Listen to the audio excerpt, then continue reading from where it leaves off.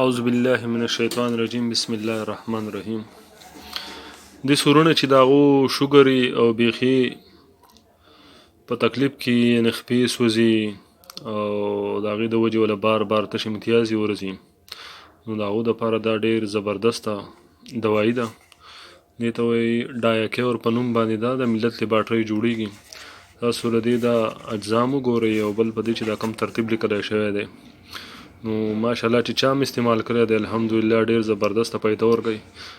او که د دې سره سره بیا د افخري دواخانې د ارخي شکر ورسره هم استعمال کړي.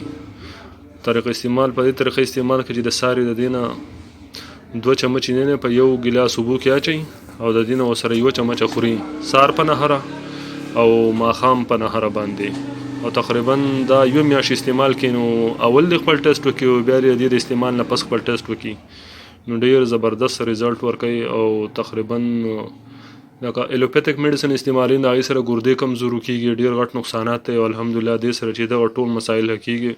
او د اوسه پورې چې چا هم استعمال کړی دی نو ډېر زبردست ریزلټ یې وله ورکړی دی ماشاءالله. داسې کسان چې هغو ته دې تکلیف مخ وي او دا استعمال کوي انشاءالله ډېره زیاته پیدا ورته وشي.